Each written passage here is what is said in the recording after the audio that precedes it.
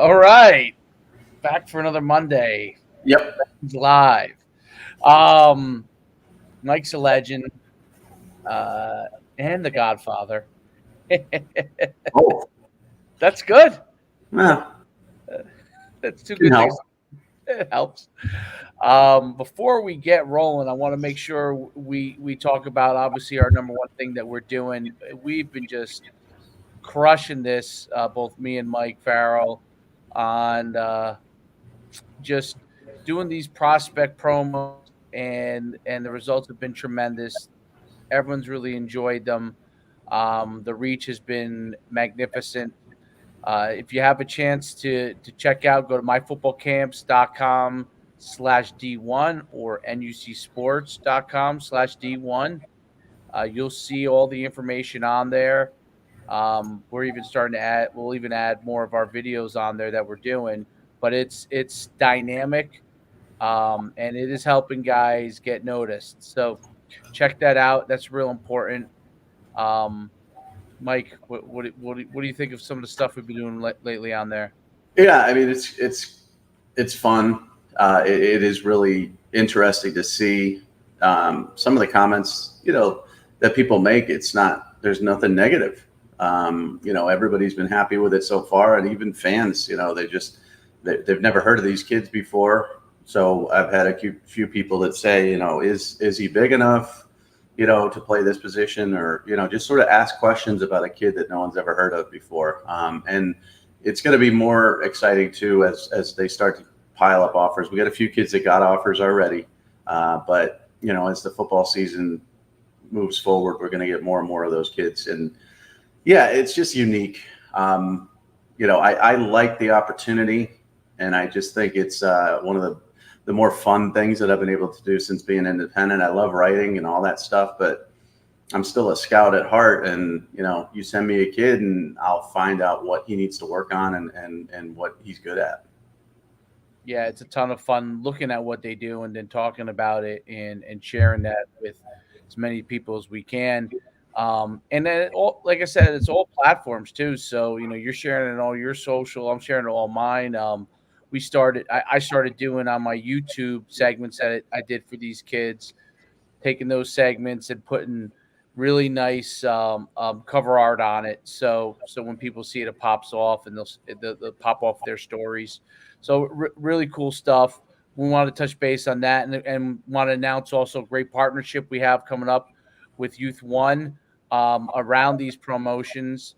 That's an organization that's really focused on the younger athletes. So we've done a lot of I would say, sophomore, junior, freshmen. You're going to have some 8th, 7th graders, some 9th graders. So it's a great partnership working with them on that. And we just finalized that this weekend. So that's pretty exciting. Yeah, that's going to be a big one. And there'll be others, whether it's youth or whether it's under the radar, whether it's, honestly, I get kids reaching out to me in the portal. I haven't even thought about that yet, and I really don't have it in my head to think about that yet. But kids who need exposure through the portal too, that's going to eventually be part of the business also, because they go off to a school, whether it's a small school and they do really good, but no one knows about them. The platform, every college coach covers that Farrell portal. They're on it. I get constant DMs from schools, smaller schools mostly, that don't have the staff. Who are the top offensive linemen left in the portal? And I tell them, well, that's not free, but if we do have a kid who's in the portal and wants, that type of attention, then we have a way to get that attention for him. So, and it's also those guys who overshot maybe, or just went to a school where the depth chart is too deep.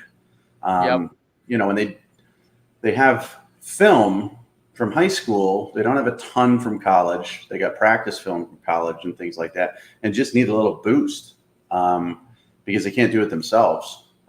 So they reach back to their old high school coach to try to help them. But, when a kid was being recruited heavily out of high school and he's in the portal, it's a completely different story. That high school coach is no longer getting his phone calls picked up or his text messages responded to, because his kid isn't, a 40 offer kid that they're trying to recruit for 4 years. Now he's in the portal. and maybe they don't care why he's in the portal, but they should. So that's another area I think it's going to crop up too. But the partnerships are just going to start rolling in, and I think that's exciting too, because I want more of these. I want to get behind. Right now, I got a good steady flow. I want to fall behind. Yes, right. Absolutely. That's a great place to be. And, for us, we have our big camp of the summer that comes up, our top prospect camp. We're going to be working with a few colleges now on that. So in the past, we've always stayed out of that realm, but there's a few of the FCS and D2 schools that are going to want to work with us on that. So that'll be pretty cool down in Savannah, Georgia. And that comes up in July. So, all right, let's get to some of the meat and potatoes of what's going on right now. What would you rather start with, your list? Let's start with Arch. Let's go to the running back after. Let's start with Arch because it's done. It's finally over, so we think. I mean, he still could decommit, but he chose his school finally. And it was, I forget what day it was. It was just I think it was Friday. It was a very laissez-faire, hot, sunny Friday, slow news day. And then all of a sudden, my phone started blowing up, and it was Arch to Texas. And we talked about it last week. His teammate was committed there on the same visit Arch took. So the strategy, I believe, that was in place was if Arch commits with his teammate, no one's going to care, and they're all going to think he's a throw-in. If Arch committed before his teammate, less people would care. So you let your teammate have his sort of moment in the sun, and then a couple weeks later you decide to announce. And I think it's a good fit. I will say this: there's 3 schools that were involved here: Georgia, Alabama, Texas. All of them win, and I'll tell you why. Alabama wins because they don't have to deal with the Arch Manning madness. And I'm not talking about the family. I'm just talking about Saban and Manning. Every time Arch Manning throws an incompletion, they're gonna do a side by side of Saban and Peyton, like on camera every second of every day because they're such big personalities. Kirby Smart, he doesn't need that Manning headache. There's a lot of attention and pressure that comes with that. And he already sort of mismanaged and fumbled the Justin Fields situation and still came out on top of the national championship. He doesn't need that. Texas needs it. They need this bump. They got 5 commitments since Arch committed last Friday. Sark needs this bump. He needs this sort of juice in the recruiting world. So everybody won here. Yeah. And his tight end, I think, is Will Randall, right? Is that who committed to Texas too? So good player. Good player. I mean, some places have him as a 4-star. I think he's a 3-star. I think he's I think he's not quite Texas. I don't think they would have taken him had it not been for Arch, but a good player for sure. Well, I think that definitely helped in the recruiting process because that's his favorite target and obviously good friends. So nowadays I think that's even. I mean, it's always had an impact, those kind of things, but definitely when you have one teammate that's going there.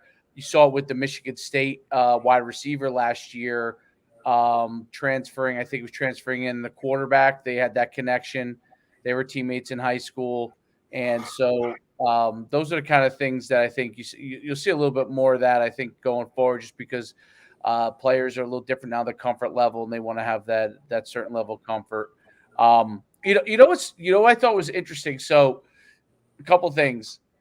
I saw something that Arch is going to still visit a couple schools besides Texas, right? And that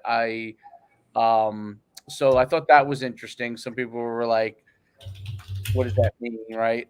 And then the other thing is obviously the Quinn Ewers situation. Even though by the time Arch is ready, Quinn Ewers, if he's doing great, may already be an NFL guy at that point. So, what do you think about those two things? Well, first of all, I don't think he's going to visit any place else unless Sark gets in trouble. As far as job security, if the season is a disaster, then you're going to see him looking at other places. And I don't think there's any outside programs. LSU was mentioned, Florida was mentioned as outside programs that might be of interest to him. I don't think that's the case. So I'd be surprised if he took other visits. And if he does decide Texas isn't the place, Sark's under, fire and under pressure, I think he just goes to Georgia. But the June commitment, there's two sides to that. It was like, okay, we can't wait because we're not going to get this recruiting bump if we wait. But we also commit in June to a school that last year lost to Kansas and everybody wanted Sark gone. So it's a tough balance, but they got 4 offensive linemen to commit in the last week, a wide receiver as well. And that's the important part about this commitment, is to get this 2023 class as strong as possible so Arch can have that success. Now he's going in as 2023. Let's say Ewers beats Hudson Card and plays this year and then plays in 2023. That arm, forget it. I don't care. You can have an average career. Like, I'd say Matt Stafford had an average career at Georgia, right? It didn't, set any records. And that arm's going to get you drafted in the first round. So I think 2022, 2023, Quinn Ewers gone, and then Arch takes over after that. But the first question I got was, is Quinn going to transfer again? No. Arch Manning is going to be a senior in high school when Quinn Ewers is playing this season. If he can't beat Hudson Card, yeah, he'll transfer, but not because of Arch Manning. I agree with that.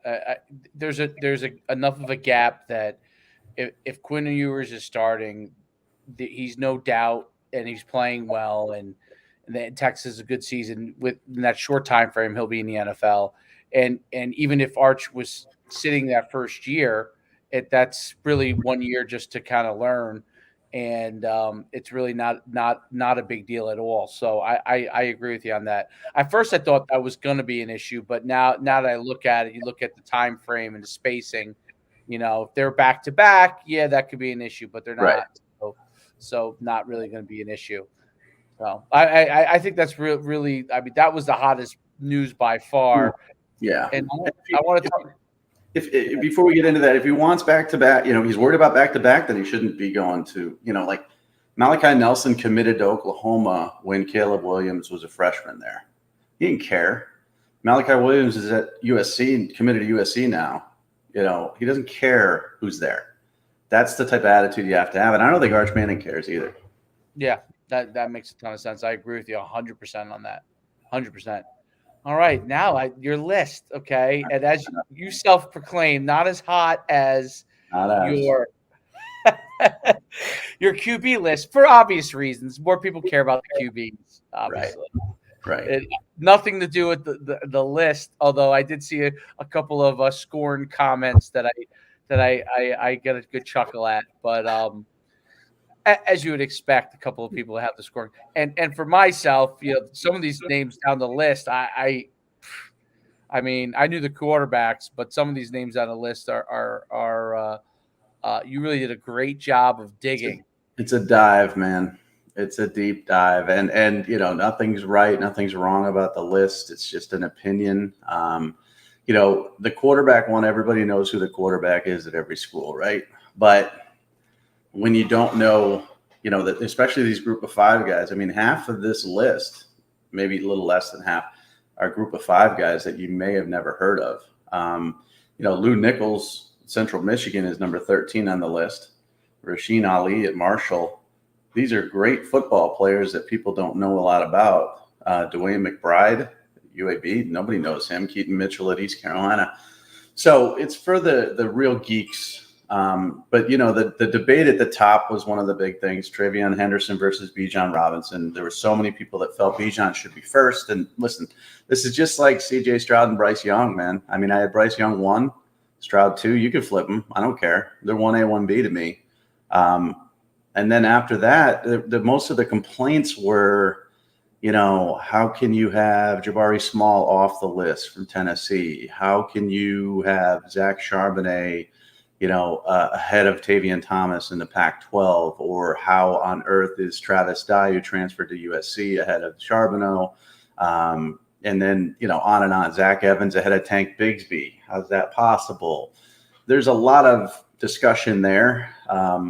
And then there's some uneducated people. I mean, someone told me that the returning Big Ten Player of the Year, offensive player of the year is only 18th on your list, and that's Mo Ibrahim. And I'm like, he played one game last year. He's great, but he got hurt, and he's coming off a serious injury, and he has to, show that he's back. And he was not the player of the year last year. That was 2020, because you're not the player of the year. You play one game. So even fans of like Minnesota who proclaim their fans don't know what they're talking about. And that's what's fun about the list, is like, it makes you feel smarter about yourself because there's so many idiots out there. No, I know Mo Ibrahim was on track to before the injury, and so you still have to see what happens. So, but he was, I mean, was the reason why that quarterback really had such a good year. Tanner Morgan, yeah. Yep. And he was tearing up Ohio State when he got hurt. Right, absolutely was. He's 100%. Great, but I mean, I don't know. I'm not a medical doctor. I'm not going to put him top 10 when he's coming off that injury. So there's some Jersey guys here too. Oh, yeah. So Jalen Berger, which started out great at Wisconsin, but then Braylon Allen,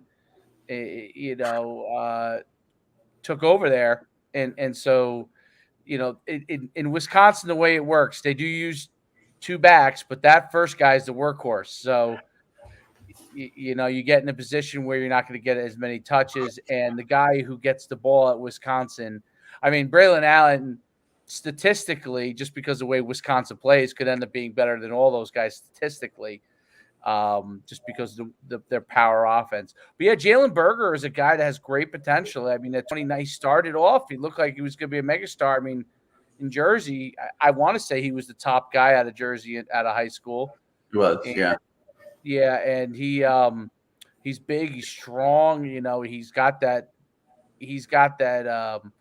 pro style, big knee drive, running style that you see with a lot of the guys over history of the NFL that have been good backs. Just he's got to be able to do it, and he's going to hopefully get that opportunity to see if he can. And that's a good example, I think, of a lot of the opportunity of the transfer portal, because there was no transfer portal, he'd be battling it out for possibly a losing position. So yeah, he had gotten a little bit of hot water there too with the coaches and stuff, and they've got Eric Broussard from Colorado transferring in as well. So a lot of people were like, Berger's not even going to start. Broussard's going to be the guy. Why don't you have both of them on this list? Blah blah blah. And then why do you have Nick Singleton at 28? He hasn't taken a snap yet. But, this is also just like the Quinn Ewers on the quarterback list. He's just too good to not include. Like last year, I had Treyveon Henderson on the list. He hadn't played it down. So, you have to put a Nick Singleton on there because I think he's going to be the starter at Penn State. But Patrick Garwo at 21 for BC is intriguing to me as well, because nobody knows who he is. Nobody's heard of him. And he is he's a beast and a monster. And he's ahead of bigger names like Eric Gray and Jalen Knighton and, some of these other guys that people have heard of. And just behind Kendall Milton, who was a 5-star kid coming out of high school, who's going to split time with Kenny McIntosh. I could have flipped them. Kenny McIntosh at 45 could have been higher. But watch out for that kid too. Now I think he's a New York kid, not a New Jersey kid. But yeah, some guys from your neck of the woods here are very high on this list. But it's all going to come down to Treyveon Henderson, Jamyr Gibbs in the national title game, and which guy can get it done, because I think that's where we're headed, is Ohio State versus Alabama.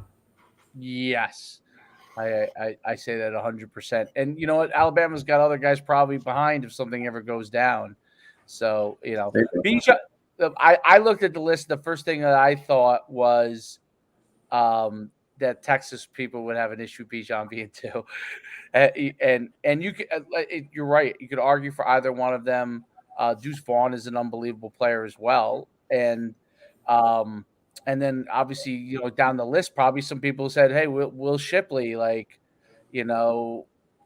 what's up with him being 17? Carried that offense last year. Carried him. Yep, but absolutely. He got hurt too. So yep. Well, here's what's interesting about Garwo.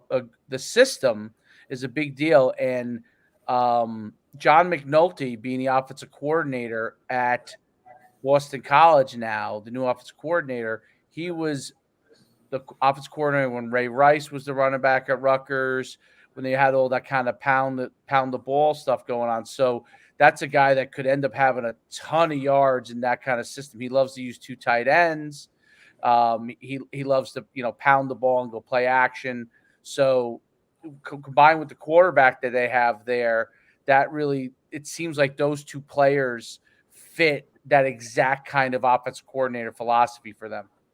yeah, Djokovic is a big running back himself. He's a quarterback, but he can run. So you got to handle that. They've got a big, strong offensive line. Now they lost Mahogany for the year, which is upsetting me because he was one of the top 2 offensive linemen in my NFL draft list. And nobody had heard of him either. So that's a big blow to them. The good news is he's already said that he's going to rehab and come back. So he'll be there for the 2023 season. But BC is going to have big physical offensive linemen. They're going to run the football. 2 tights, as you mentioned. This isn't going to be the Andre 2000 year of Andre Williams, where Adazio just always ran the football. Ryan Day was his offensive coordinator. He couldn't get a pass play called.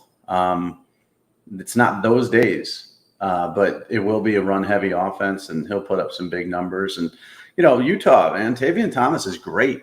I think he had 16 touchdowns last year or something. He puts the ball on the ground a little too much. Chris Rodriguez at Kentucky's great. He had some off-field legal issues this summer. The reason Tank's 12 is because I think his backup, Jarquez Hunter, is better.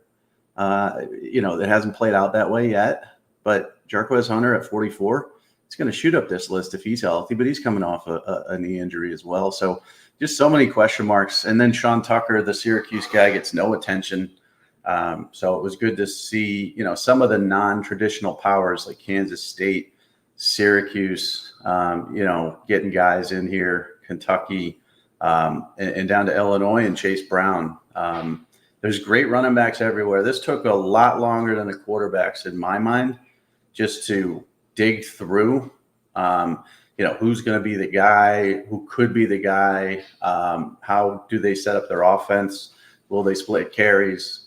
Quarterbacks was a little bit easier because there's one, but as you see at the end, I've got 2 guys from the same team at 49 and 50, and I just threw my hands up and I don't know, you can flip them. That's the App State kids?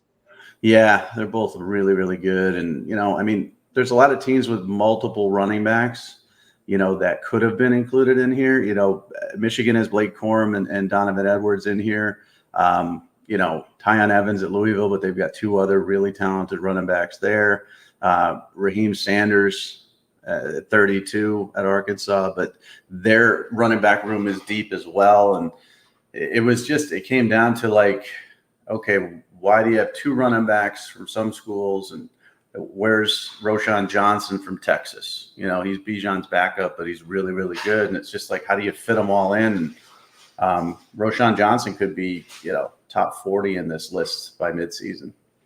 I love how you found some of the small school guys. That's the thing you have guys like Kamar Wheaton, who's everyone thinks is going to really have a big year. But then you went and found a guy from UMass. UMass sucks, but Ellis Merriweather is not the reason they suck. And Donnie Brown's back there for the 15th time. He'll tote the rock, and he'll be the big part of that offense. Now they're not going to win football games, but no one's ever heard of Ellis Merriweather ever. But he's a 1,000-yard guy, and it probably could be a 1,500-yard guy next season.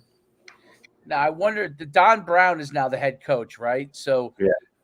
Don Brown, the last time I think he was head coach, maybe I'm wrong, was the 90s when he was at Northeastern, right? Or he was UMass since then. So he was UMass, then he went to BC, then he went to Maryland. He went to Maryland, then he went to BC. He was at UConn for a little while, but he was the head coach at UMass. After Whipple, or previously, I think it was after Whipple, yeah. Okay. And then he became a coordinator, and now he's back full circle back at UMass. He was a great coach there at UMass. They were, this was a different UMass. This was like, I don't even know when they were FCS, I believe, at the time, but they were always in that playoff, the FCS playoff under Brown. And they ran the ball very well because he's an old school, defensive coach, but he's also a ball control guy and, control the clock and all this other stuff. And so Ellis Merriweather is going to get a lot of carries there if he stays healthy. And again, this is the other thing about these running backs. I mean, last year, Mo Ibrahim heading into the season was clearly a top 10 back, maybe top 5. I can't remember, and he gets hurt game 1. And they had so many, Marquise Irvin's a guy who transferred from Minnesota to Oregon, part of that deep running back room that Minnesota has. And he's not on this list, but he could be a star because Oregon lost, Dye to USC. Verdell went to the NFL. I mean, they need a guy, and Marquise Irvin could be that guy and could be as high as, top 25 on this list by midseason. Absolutely. There's no doubt about it. Great list. I mean, Frank Gore Jr., Chris Tyree, which is David Tyree's son, I'm assuming. The fun part about this was that some of the running backs actually jumped in and commented. They did? Yeah, like Cam Peoples did. And, he's like, thankful but underrated. Frank Gore Jr. chimed in, thankful, but I'm going to prove people wrong. And it's like, it's really Keaton Mitchell jumped in. It's not, the small school guys that get no attention jumped in. But Frank Gore Jr. there's nothing to prove wrong. 42 in the country at a school where you don't get any attention. Your last name is Gore, yes. Your dad's an NFL Hall of Famer in my mind, but 42 is still pretty good. But the hunger that you see from some of these guys, Rasheen Ali at 16 also chimed in. They want to be great and they want to be known, and that's the fun part about the draft too. Is like none of these guys. Bijan could be a first rounder. Treyveon the following year could be a first rounder. Everybody else, I don't see.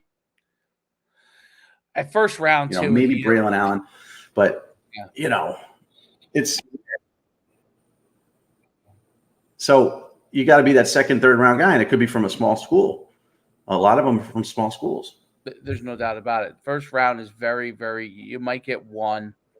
Now, I mean, nobody's. I don't see the value in even taking, running back at that first round, or unless you're going to do it late in first round, just because of the fact that there's so many great running backs, and at the NFL they have a specific role most of them fill in the offense, unless you're on Tennessee with Derrick Henry or something like that. But they have a specific role. They've got to be able to be, most of these guys are 2-down guys. This running back's in on the first 2 downs, and then third down, someone else is coming in. Very rarely are guys in for all 3 downs. Well, look at the guys taken high too. Saquon was taken high. He's had injury issues. Leonard Fournette was taken top 5. He's good, and now, but he's playoff Lenny. He didn't, wasn't top 5 caliber pick. Christian McCaffrey's battling injuries. Ezekiel Elliott looks like he has no gas in the tank already, and he was just paid as the highest paid running back 2 years ago. The running backs, they wear out, and injuries are an issue, and that's never going to change. So a lot of people put draft capital in running backs, and it didn't pan out for them. So now they're cautious. Now, again, a Bijan Robinson, so special, could be a top 10 pick. Same with Treyveon. But the other guys got to hope to slide in the end of the first round. I have a question on that. I wonder, is it because they share roles more that they're not as I just think back to when we grew up, right? Small guys like Tony Dorsett carried the rock a million times. Right. I had Eric Dickerson, Herschel Walker, all these guys, Barry Sanders, Marshall Faulk, Emmett Smith, Marshall Faulk, carried it a million times. Why they're wearing out in the same time frame that the old, you go back to Earl Campbell and Jim Bradley. they wearing out in the same kind of time frame, maybe earlier than those guys did, but with less carries. I wonder why that is. I think it's cyclical. You do get your workhorses like Derrick Henry he was a second round pick, and he got hurt this past season. I mean, every running back's going to get hurt. The interesting part about it is you mentioned some of those guys in the 70s that had shorter careers. Earl Campbell with knees, and Jim Brown was by choice. Gale Sayers was by choice. Now they're getting hit. Like Rashawn Gary's a linebacker, okay? 6'5", 290-pound linebacker. And that guy's coming at you in space. And now they're getting hit. And they're getting hit low. And it just crumples you. I mean, you weren't getting hit.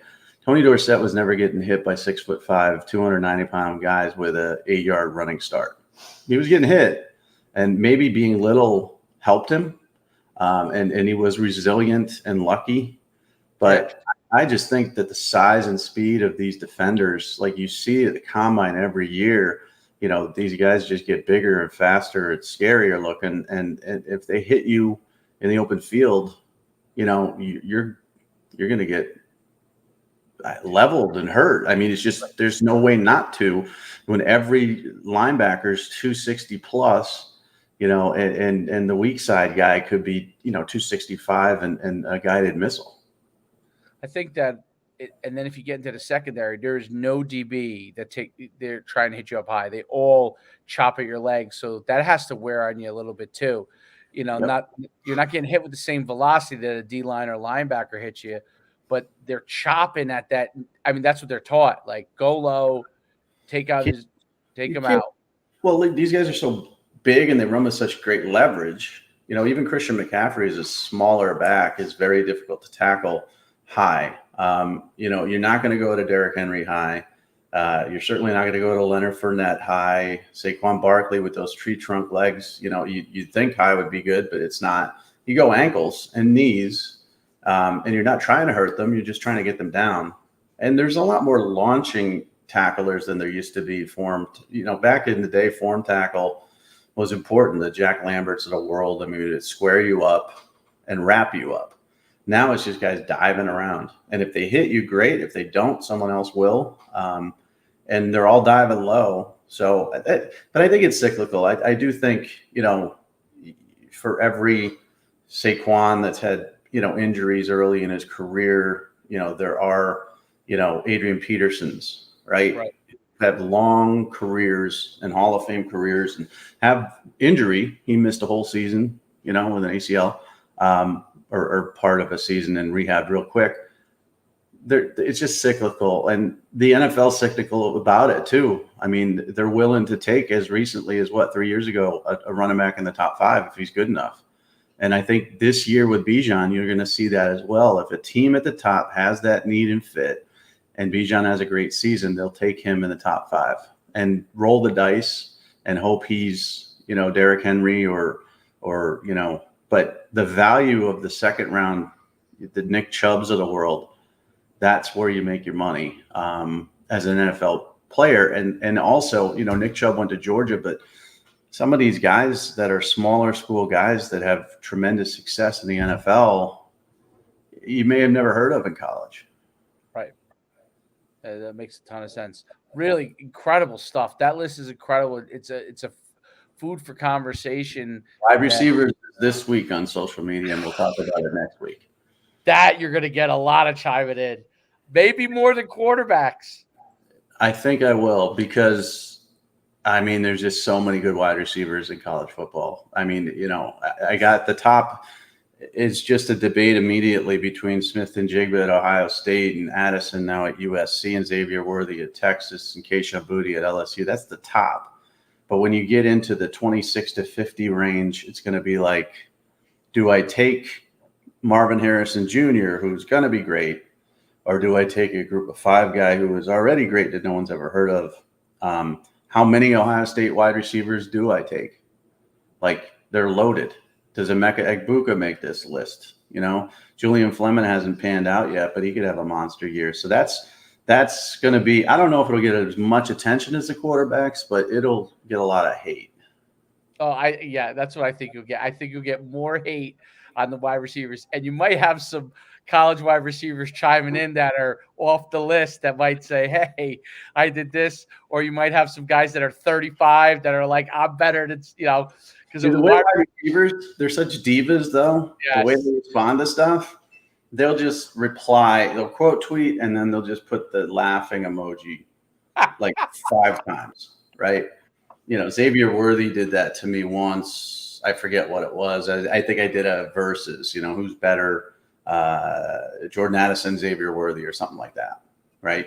When Addison was looking at Texas, and he just put up laughter. It's not even a comment. It's just laughter. And so you know what he means. He's 10 times better than Jordan Addison in his mind. They're such divas and they're such egos, more so than quarterbacks, that anybody who chimes in is probably just going to do a stupid emoji that says, "I'm an idiot." But I look forward to it. It'll be fun. Yep. That's also what makes them so good, too, I think. They have to. On the flip side of the divas, we could full circle back to the promotion. If you want to become a diva, let's remember the Jordy Nelsons and the Antonio Browns of the world that were no star guys that had no attention and had to get lucky. Jordy Nelson walked on as a safety at Kansas State. Antonio Brown was an undersized quarterback that Central Michigan took a shot at wide receiver. Those guys got no attention. They needed Hunter Renfrow. Hunter Renfrow, walk on. Those are, they got lucky, and they're great, but they got lucky to be put in a position of great. And there's probably a few out there that need this promotion. And I hope there's one. I hope we look back in 5 years, like Cooper Kupp. There's a great example, right? Nobody wanted him out of high school. Had Cooper Kupp had the portal, first of all, he would have left early and been at FBS school. But secondly, had he had the promotion, he might have bumped up to the group of 5 level. I mean, this is a dude who played FCS, and now he's the best receiver in the NFL. So, for every Stephon Diggs out there who is a 5-star that we knew about in 8th grade, there's a Cooper Kupp out there, and those are the ones that need to reach out to us now. And then we can look like geniuses when we promote them when they make it. I have one last question before we chime off, and it's totally unrelated. This is about quarterbacks. I see so many of these offers with quarterbacks that are like in 8th grade, and you probably have seen it too. Are those binding? Because I see some guys that had a ton of offers, and if that athlete, let's say a quarterback doesn't grow or they don't continue to develop, because I remember with David Sills. Remember David Sills, who obviously is in the NFL as a receiver now. He was always a great athlete, but he had the offers early on, like 7th, 8th grade, and then never. He still had some of the offers later on, but I think the USC offer went away. Ended up at West Virginia. Didn't really work out at quarterback when he moved to receiver because he was such a great athlete and he's smart and all that stuff. He ended up making a great transition, becoming a pro. But that would be my example of a guy who was way ahead of everybody probably at one point, and then people caught up. Is that how the college coaches view it? Because I know a lot of quarterback parents must have questions about those kind of things. There's no binding. They moved the written offers actually back a year, if you remember, like 6-7 years ago, which was such a dumb move. That was just by the NCAA. It just made things worse because they were trying to cut down on decommitments. If you remember, it's so funny to think like 6-7 years ago that decommitments were the biggest problem in college football, right? Now you got NIL and transfer portal and all this stuff. But back then, decommitments were a big deal, and everybody's like, So I thought they should do binding offers by September 1st of your freshman year. And then you'll have less offers the kids could commit to. Schools will take them and then run them off and all this other stuff. Or they'll just throw out an offer to a kid in 7th grade that someone else has offered, and it's not binding. The kid calls up, tries to commit, and just say, well, we're going to keep an eye on you. Well, why'd you offer? Well, we're going to keep an eye on you, So it's not binding. And Davis David Sills is a great example of that. Lane Kiffin offered him in 7th grade, and Lane Kiffin was long gone at USC by the time that kid became a senior in high school. And I will tell you this: as a quarterback, you want to handle yourself the way David Sills did, right? So when he was offered as a 7th grader, he was from Delaware.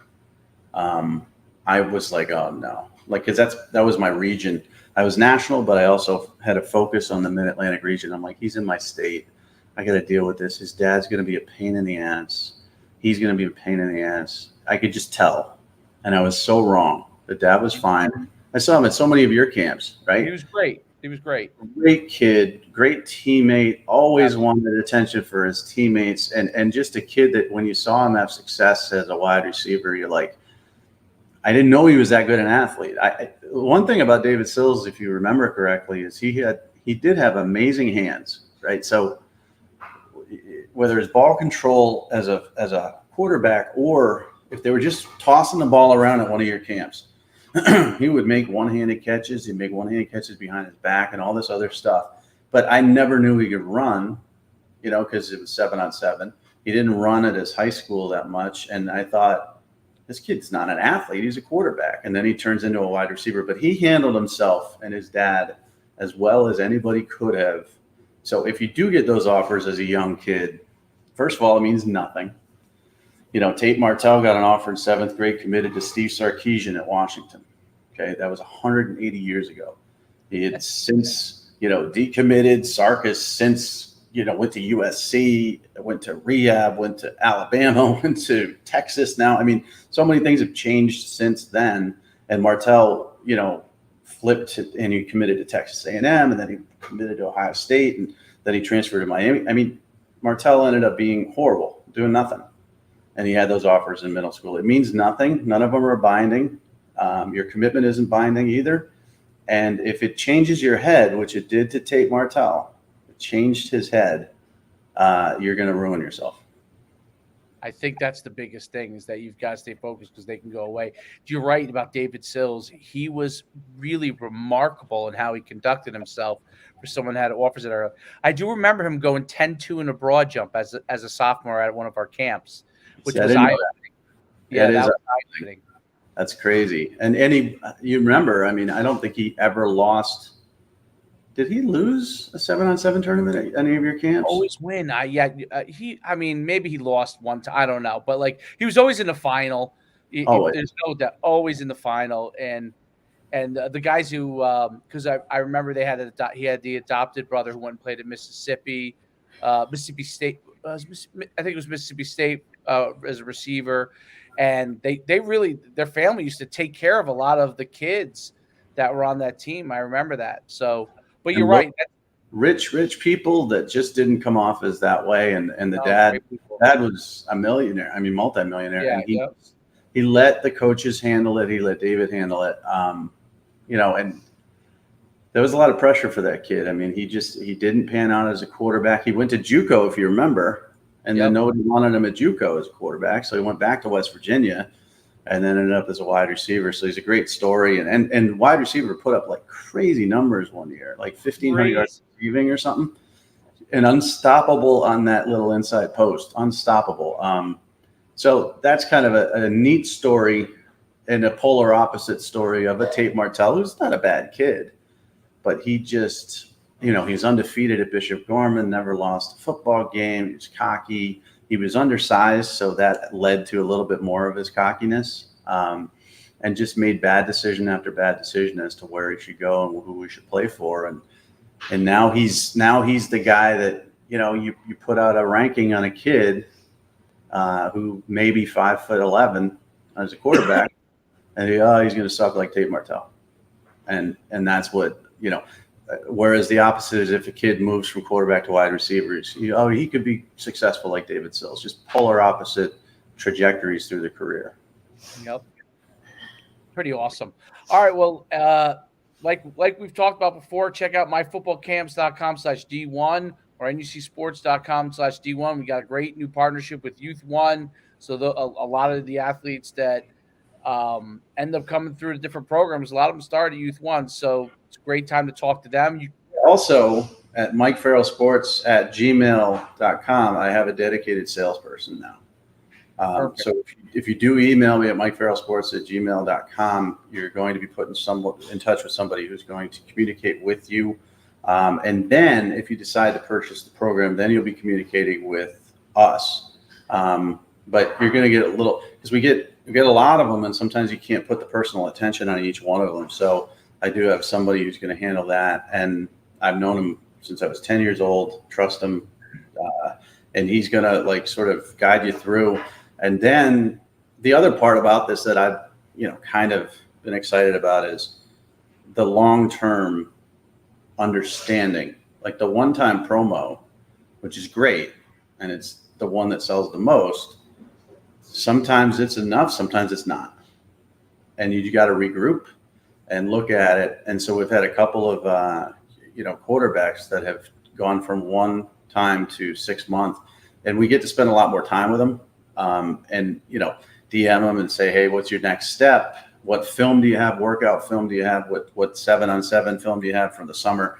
What new stuff can we put up that keep you in mind? Because now they're going to be mentioned in July and August when nobody's mentioned, and then into your season. Then you get the season film, in October, and then into the early signing period and all that stuff. So it's smart to stay in for the long haul. Don't try it and just say, oh geez, I didn't get my Alabama offer. That's not how this works. It's constantly keeping your name in the news and keeping your name up there for people. And even after you sign with an FCS school or maybe a smaller school than you want, but the portal, you got to keep your name out there. There's no doubt about it. That's the name of the game. So for next time, make sure you check us out. You can check out Mike Farrell Sports. Okay, he's on every social media platform. You can go and find him there. You can find me at Coach Schuman. And listen, you type it into Google. I mean, you type those two words into Google, you'll find us. So if you're not navigating, you type that and you'll easily find us. And we want to help you. Want to get you in a good position. We love doing this stuff every week. We give you a little excitement of what's going on in college football and recruiting, and let you know the things that are out there to give you guys an opportunity to really succeed. Anything else, Mike? I might have jury duty Friday, so say a prayer for me that it gets canceled on Thursday. I've been canceled every time. I've never done it. So it's knock on wood. And because if I have to do jury duty Friday, I could tell you I'm probably not going to do this podcast Monday, and I'm going to have to just pray for me. Yeah, I've done it once. And luckily they one day. It was one day. I had to do it I think it ended up being 2 days. So we went in there. They picked me. It started the whole process. The next day we came back. We sat there the whole day. They negotiated whatever was going on. And then the following day we came in and we did nothing. The one whole day we just basically sat there. And you can't have your phone, right? I don't remember what it was, but it was probably something like I think it was something like that. And then the next day, this is quite a while ago. The next day they came in, and we were ready to go in for start hearing everything, and they settled, and that was it. We were done. You got lucky. I got lucky. Yeah, and you served, so now they don't bother you much anymore, right? Correct. So it counts as serving. Yeah, it counts as serving. See, I keep getting canceled, but they keep sending me one every year. I don't know. There's no winning. Like if I serve, then I'll end up getting on some sort of crazy murder trial for a year and sequestered. And if I don't serve, they're going to keep coming at me with these. So they gave me July 1st, a Friday in the heat of July, and I kept it because I've heard that Fridays and Mondays are the days that are most cancellations. So usually I pick a Monday, but I stuck with this Friday. So we'll see. If you don't see me for a few months, then because if you can't have your phone, I will die. I'll just die. I can't remember because it was a while ago. but it was. I can't imagine they're gonna let me sit there and tweet all day.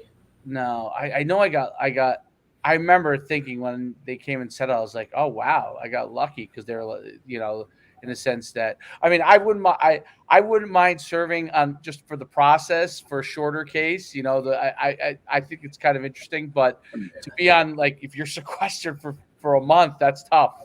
It's very tough. So, and stuck with the same 11 people every day for like 10 hours. I can't do it. So let's just say a prayer that I don't get selected. And if I don't, then I'll be back on Monday with you. All right, perfect. All right, till next week. Make sure you check us out. And if you have any questions, we're always there for you. We'll see you soon next Monday on Legends Live.